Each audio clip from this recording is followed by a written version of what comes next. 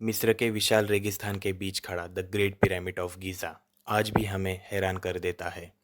सोचिए, करीब 4,500 साल पहले बिना आधुनिक मशीनों के इंसानों ने इतना विशाल ढांचा कैसे बना लिया होगा। इसे प्राचीन मिस्र के फर्राओं के लिए एक भव्य मकबरे के रूप में बनाया गया था।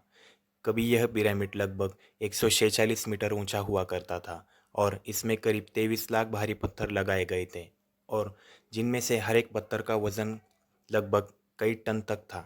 आज भी वैज्ञानिक और इंजीनियर इसकी सटीकता और निर्माण तकनीक को देखकर हैरान रह जाते हैं। पहले लोग मानते थे कि इसे गुलामों ने बनाया था, लेकिन अब सच्चाई कुछ अलग नजर आती है।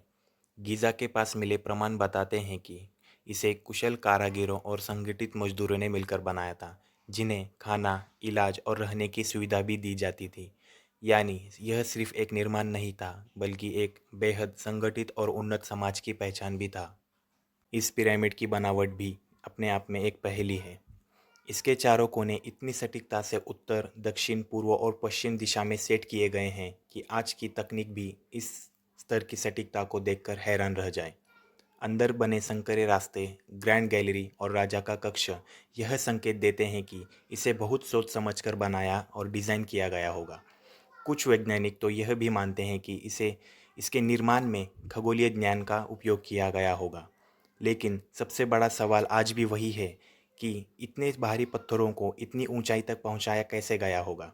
माना जाता है कि रैंप, लीवर और हज़ारों लोगों की मेहनत से यह संभव हुआ होगा, लेकिन इसकी सटीक तकनीक आज भी पूरे तरह समझ में नहीं आई है। और पिरामिड के अंदर मौजूद कुछ रहस्यमय खाली कक्ष आज भी कई सवाल खड़े करते हैं।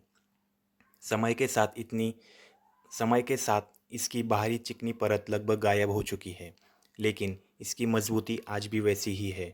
The great pyramid of Giza सिर्फ एक मकबरा नहीं है, बल्कि यह इंसानी सोच, मेहनत और अद्भुत इंजीनियरिंग का जीता जागता सबूत है।